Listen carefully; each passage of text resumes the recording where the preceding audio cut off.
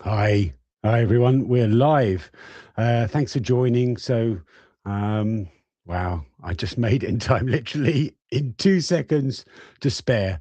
So, we should be broadcasting now on YouTube, Instagram, and also Facebook. Uh, what did I put in the title? I think I took, what was it? Failures and successes. Oh my word, failures and successes. What went wrong today? Loads of things went right, and loads of things went. Where's my glasses? I'm like, I can't even find my glasses. So, old man problems. You need two sets of glasses. Um, so, I've got lots to talk about in terms of today's sponsor. So today's sponsor is actually just came in, funnily enough, on during I'd already started, and then we had conversations and let's do something together because we sort of know each other through sort of Harlem and everything. So we're actually going to be talking about the EcoFest. So this is actually what I've been wearing on my chest all day. So just to show you what it sort of how it works. So the way that I do these things, this is an old pair of curtains. So um, all of the logos that you see on my banana suit are just printed by me. So I've got a sublimation printer here that I can just print it out, and then I just bought a secondhand just from the sort of the secondhand store. I just bought a curtain, a nice thick curtain, and then I can just sort of print on it. So all of these I can just sort of print out and then just create, and I give it sort of like a nice wiggly edge, which means that it's good. And then on the banana suits just have Velcro bits, so I've just got Velcro bits. I should do like a product placement of like this, like that. There you go. so um so oh what was I saying? Yeah, so I've been running it. So this came in sort of just over the last couple of days, so it was all a bit rushed, but managed to get it all set up because there's a really cool sponsor for today that's kind of like a half sponsor really. I'm just trying in to sort of promote it and everything. It's the EcoFest that's actually on in Harlem this weekend, so really fantastic. So full just put the elephant that's in the room. Harlem Live is on this weekend, but there's also another music festival, or just like a smaller one, and I think it's way cooler, because it's called EcoFest. No, it is way cooler. I think it just for some people, you're just if you've got family and things like that. I think it's really nice. I think it costs around €12.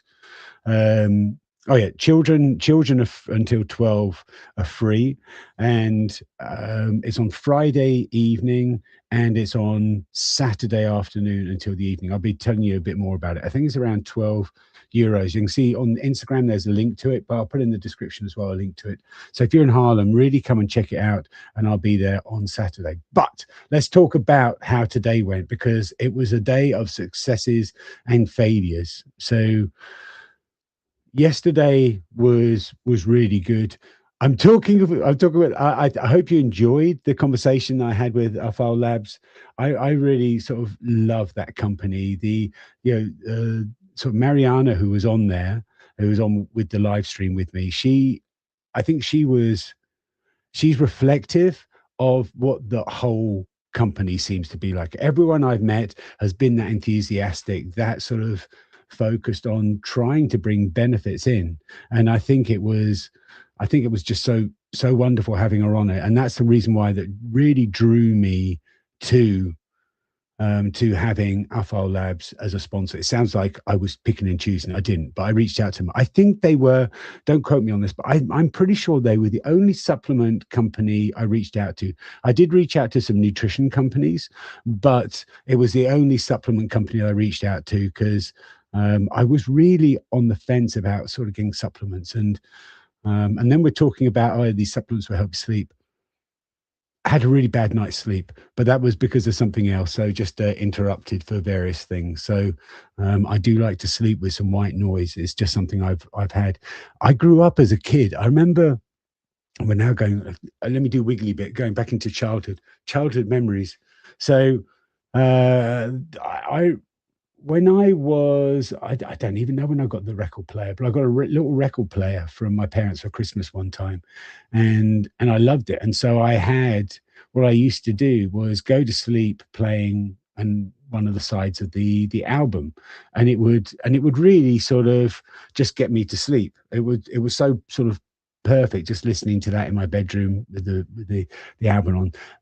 Albums that I was listening to and falling asleep to were, I was really into Asia, so a sort of American soft rock. So I oh man, that's a bit. There was one track called Midnight Sun. I used to love that. So I was listening to Asia to sleep. I was listening to the greatest hits of Olivia Newton-John. I was listening to what else was? Oh, I really had a thing for. Oh, what was it? What was the Men at Work? Men at Work. Not the from Down Under. I really liked the album Cargo to sleep to, so that was good. So I'd have that one on there as well. So I had and Clannad. Clannad, the Harry's theme from Harry's Game. Man, I had that on repeat all the time. So I do like to sleep with white noise, and it just failed last night. So that just meant I was a bit disrupted.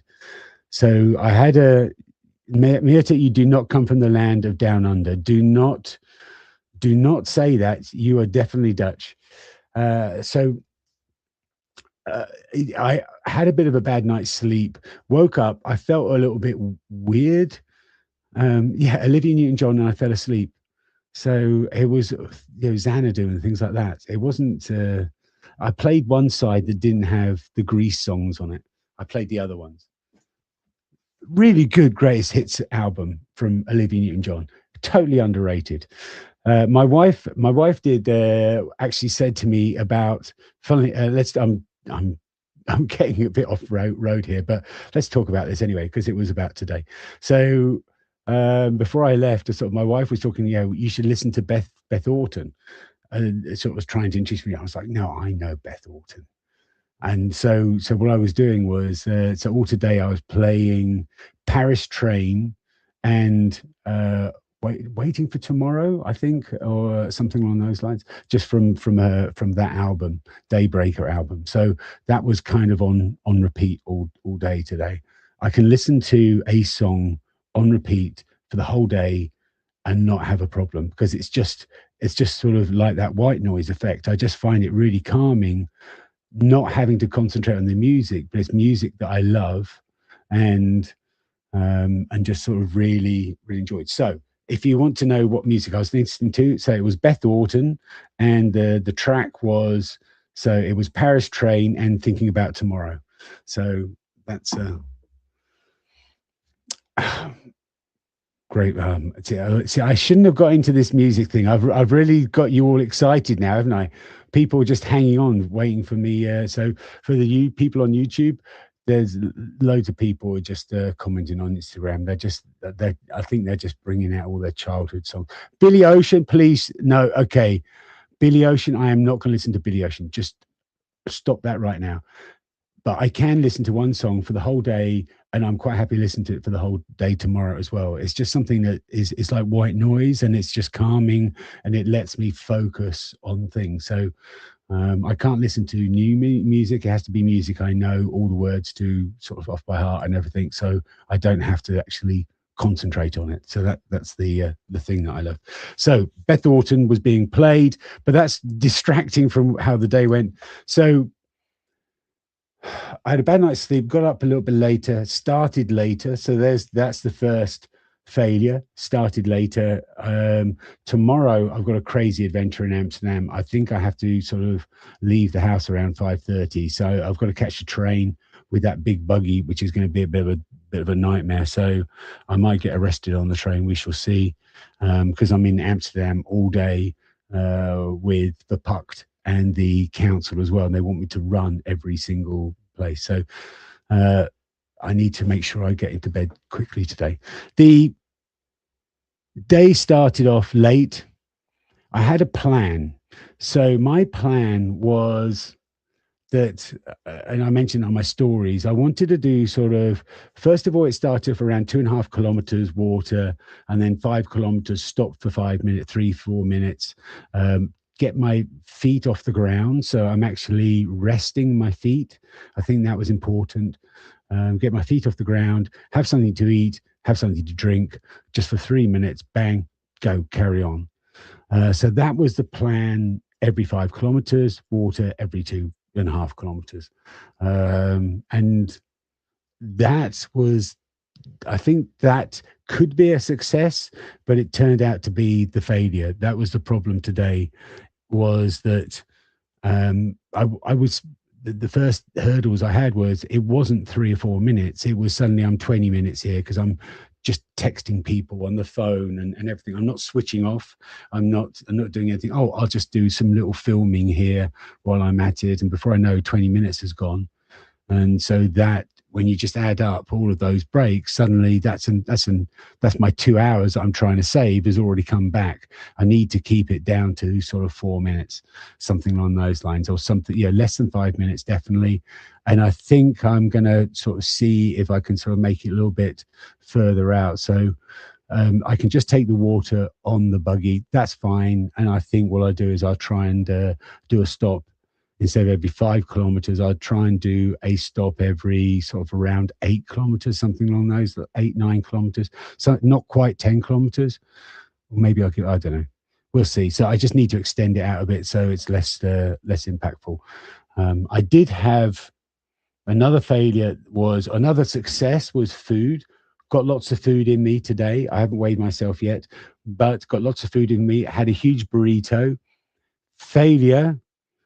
Eating food, putting food in means that food comes out, not out here. So suddenly, as soon as I had that food, I had to quickly go to the toilet, shall we say, and I had to do that 3 times today.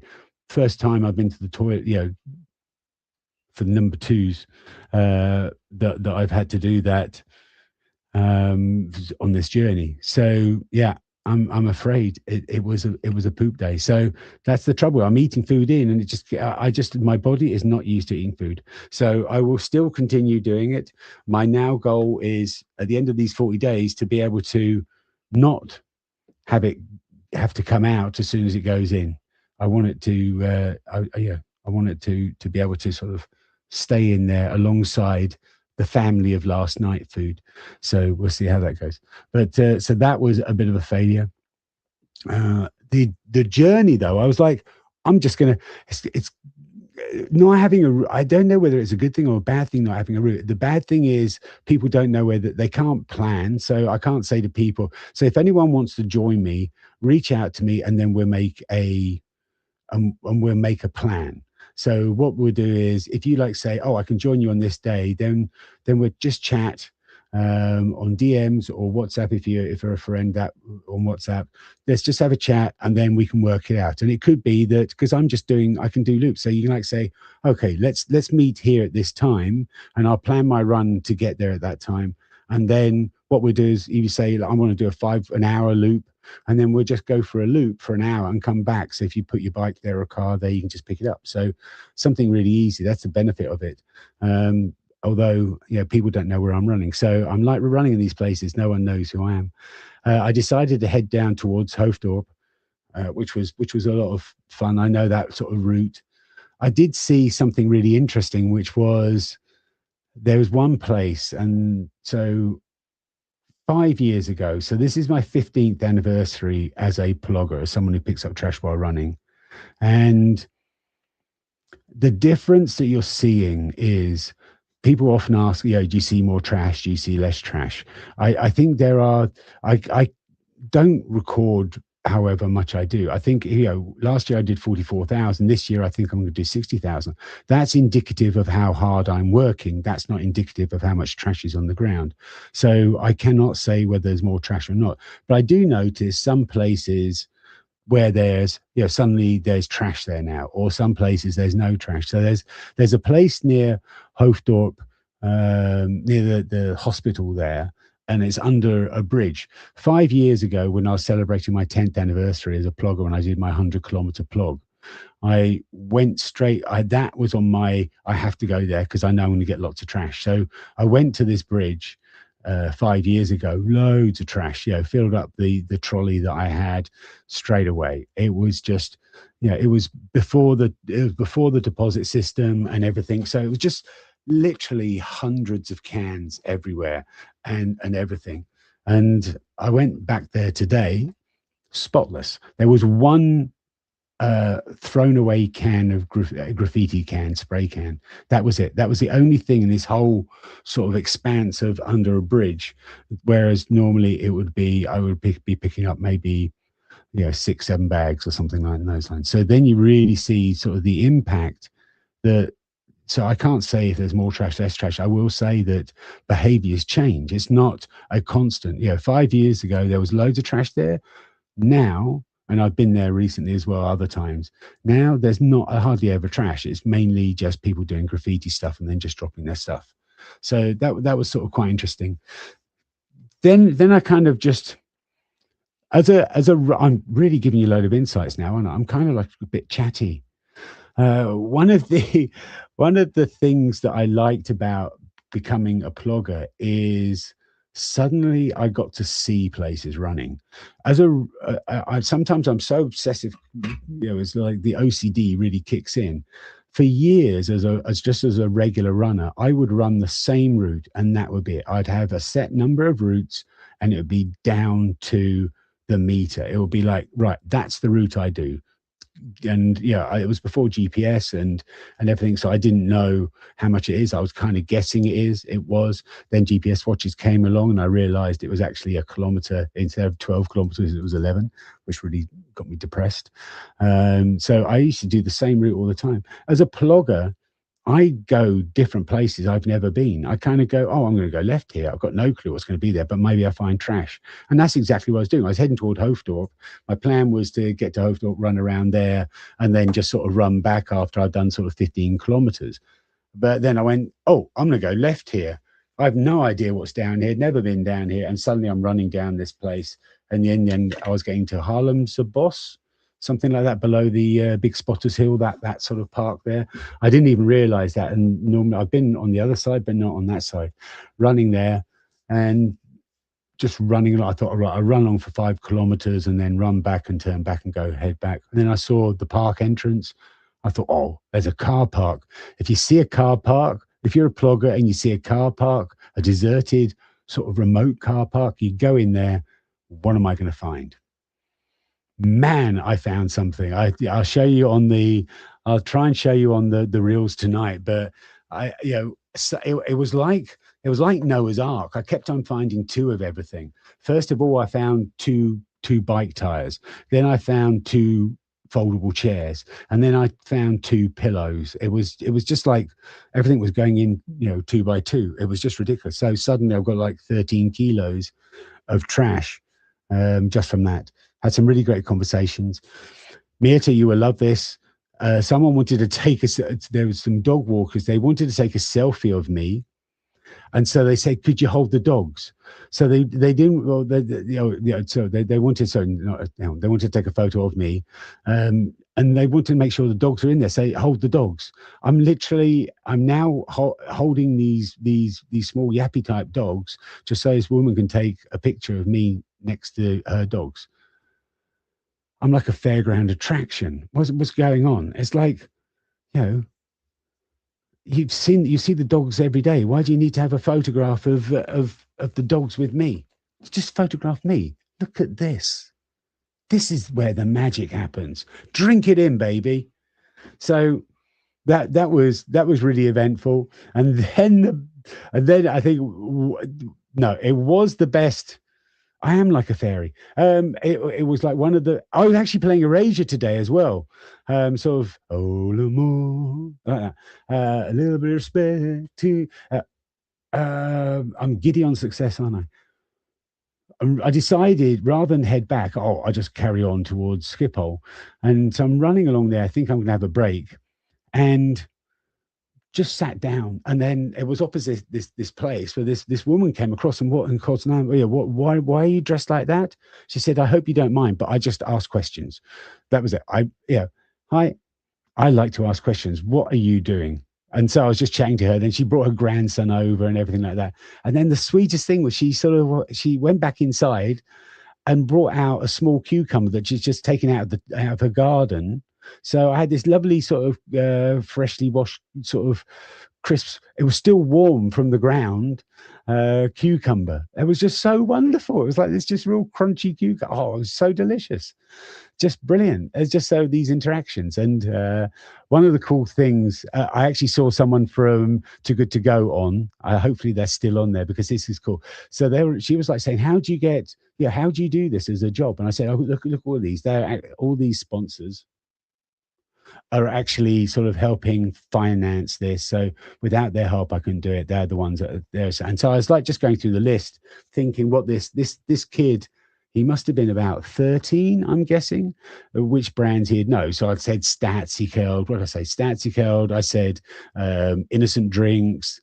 And then I was like, oh, and then what do I do now? And I was, oh, Too Good To Go. And Too Good To Go, which is a really cool. I actually said, Too Good To Go is a really cool. And he goes, I know Too Good To Go. It's really cool.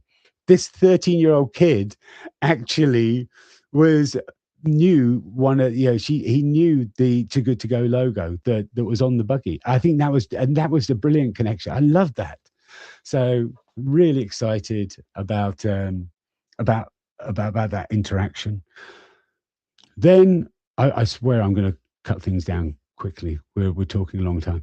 Then what happened was I just went, okay, screw it. I'm just going to head along to Schiphol, and then I'll take a left. And I'd never been to that part of the area, and I didn't realize there's this whole long bike path, the sort of canal dike thing that has just people and deck chairs. It's imagine like a beach, but instead of a beach, it's just dirt. It's literally just cultivated dirt. It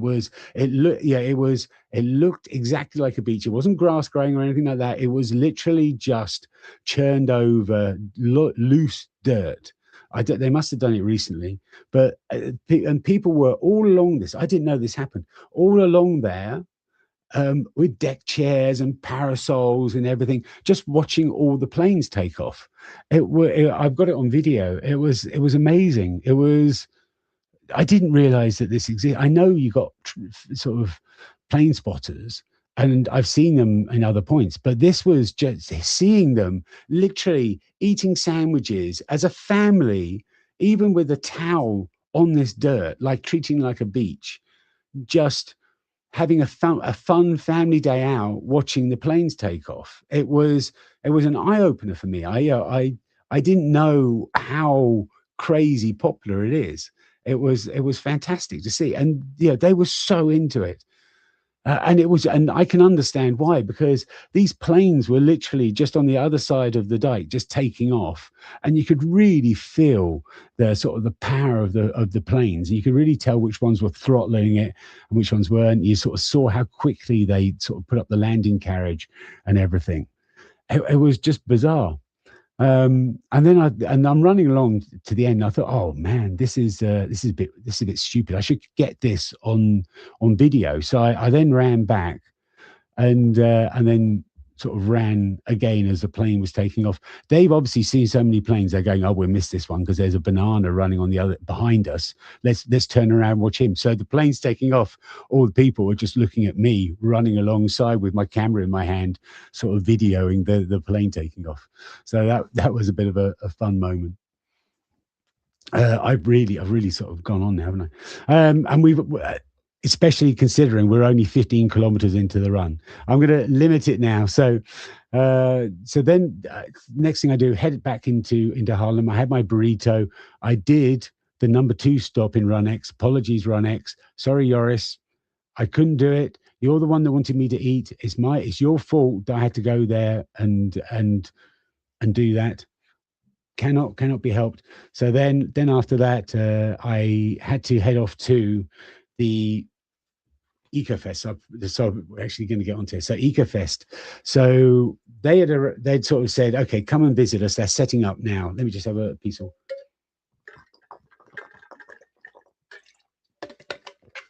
So damn, that's quite noisy, isn't it? So what I do is I've got this huge ice block in there with a little bit of ginger and water, and it just because it goes like that because it can't get past the ice cube. It's sort of just doing. I just it's really satisfying. I should do ASMR or something like that. So then I ran then down to the EcoFest place where they're just setting up, and I asked him to just give a speech. So I've got the speech now. So I'm going to play this. It's in Dutch because I figured that a lot of people who can attend to this in Dutch will appreciate that.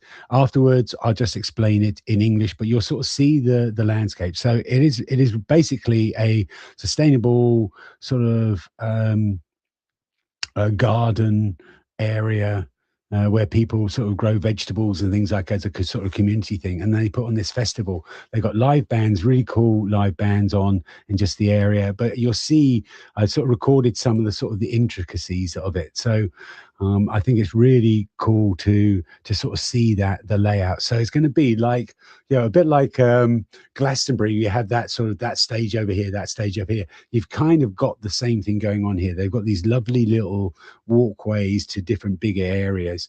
They've got a nice stage, but if you want to get away from the stage, do something with the kids, that's fantastic. And I'm going to, on the Saturday, I'm going to be there, and he's going to tell you that anyway in Dutch, but I'm going to be there at I think 6:30 till 7:30. I'm organising a little plog.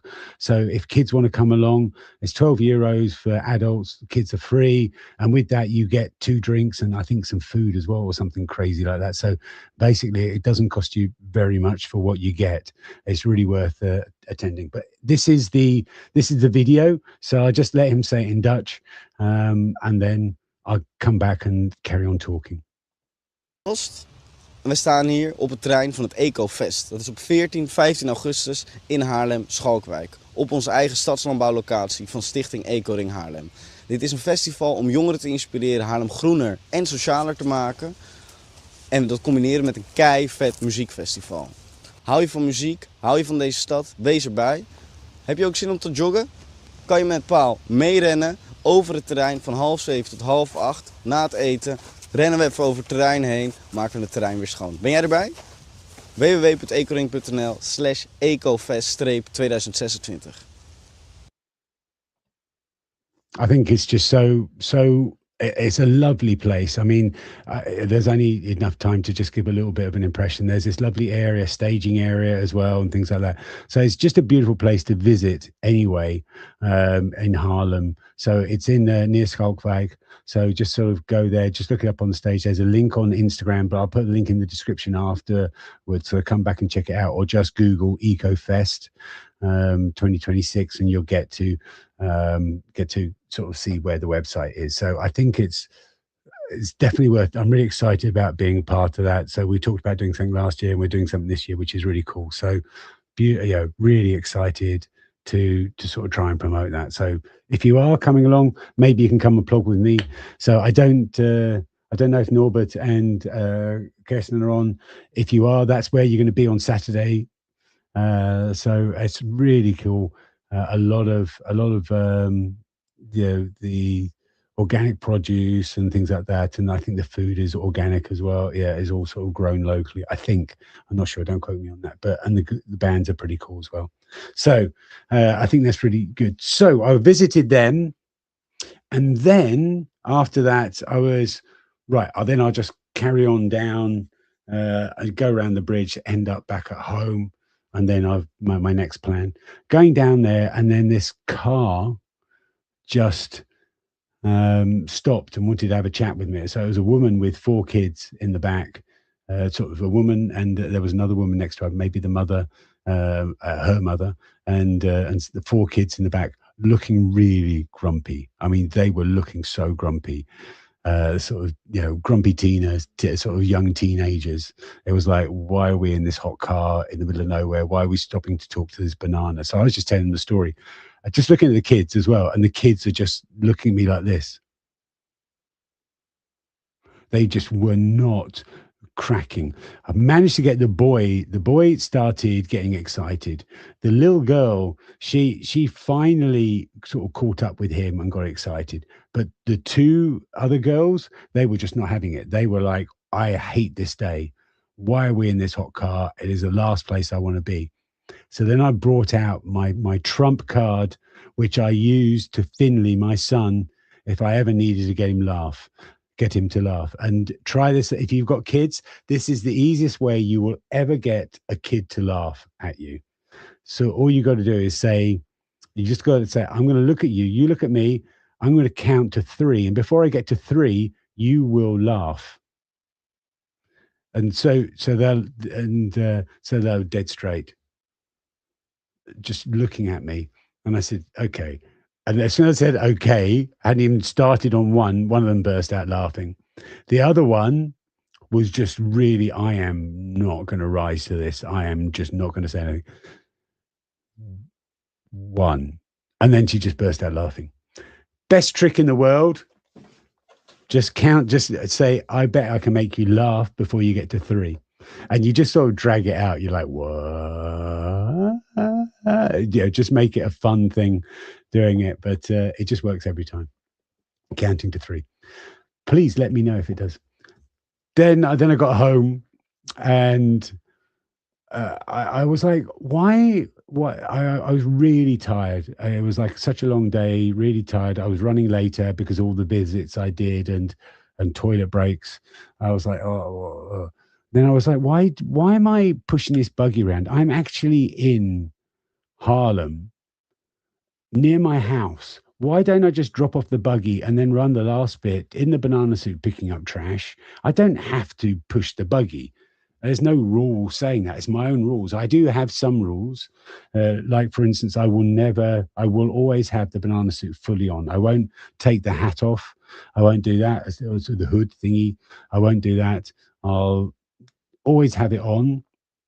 If I have to take it off, then I'll stop and then I'll put it back on. Then I'll carry on running. So that is one rule. But the buggy is just a necessity. It's just logistics. So I just ran around a couple of blocks and of Ellswout. Even though I did that yesterday, I still found a half bag of trash. So it's still there. I'm really sort of struggling. Met a couple of friends.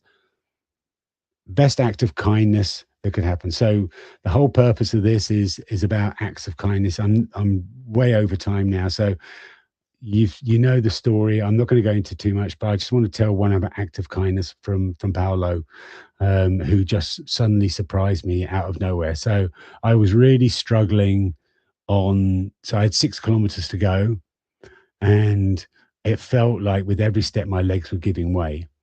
I sort of did 12. I had 12 kilometers to do to finish off just on my own with the banana suit and the bag, and not the trolley. And I had some water before I started. I had a little sort of bit of water by a water point, but I didn't have any food for those last 12 kilometers. Okay, maybe I didn't plan that very well, but whether that was it or not, I was really. It felt like my legs are going to collapse under me on every step. I was like going, should I?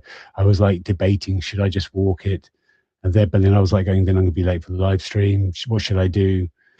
In the end, what I did, I was like, I'll just carry on. It's just going to be dead slow. I was getting a little bit sort of down.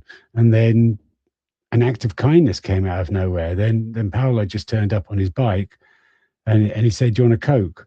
And I was like, oh, yeah, yeah. Like that. Pulled out his bag.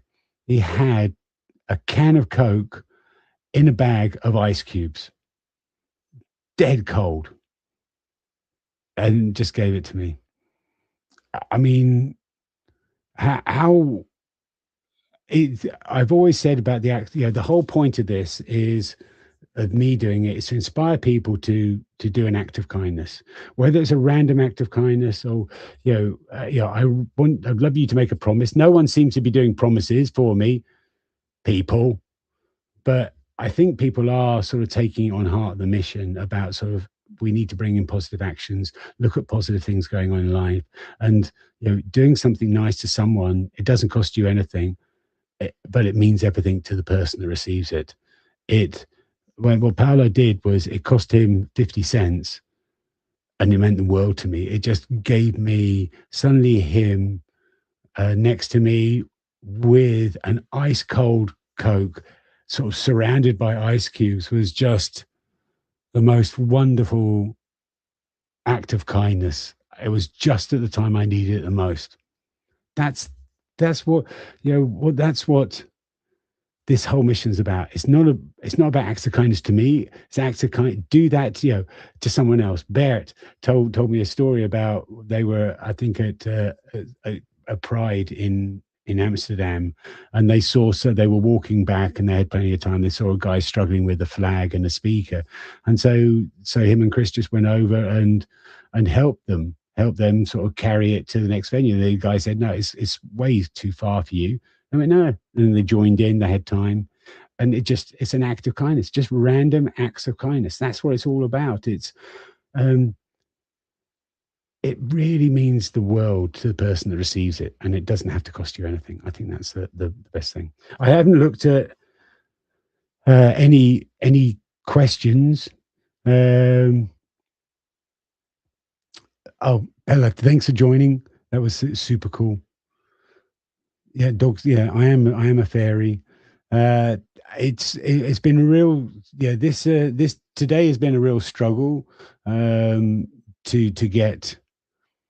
to get it finished, but I got it finished. Tomorrow is a huge day, so um, tomorrow I'm in Amsterdam and I've got to go there really early. So I'm not going to drag this on any longer. It's going to be a crazy day, but it's really cool. I've got it's going to be a sponsor day by Verpakt, the sort of the main sponsor for this whole series, and I'm so grateful for their help. Without their help, my life as a professional blogger would never have lasted as long as it is. They've been so supportive of me, and so the CEO is going to be there at an event, as well as one of the councillors, the vet houses. So we're going to and have a little bit of press as well. So it's going to be a really cool day for promotion, but I have to visit 10 hotspot locations in Amsterdam, and they are literally miles apart. It's going to be a tough day, but I'm determined to do it. Even if I have to get up at 5 in the morning, I will do it. Thank you so much for everyone listening to me rambling on, even singing a little bit. Oh, more. Erasure songs. Blue Savannah, that's another good song I love. I love that song. But check out Beth Orton, Paris Train, and Waiting on Tomorrow. So check those out. Olivia Newton-John, Greatest Hits, is also good. I would do that. I wouldn't bother with Asia. That was a very weird American soft rock phase that I went through. So, yeah, don't check that one out. Thank you for listening. 50 kilometers tomorrow, 250 kilometers in, an eighth of the way is done. Oh, and trash. Oh, I forgot about the trash. I got a lot of it's getting a bit ridiculous, isn't it? I'm meant to do 25 kilos, and I got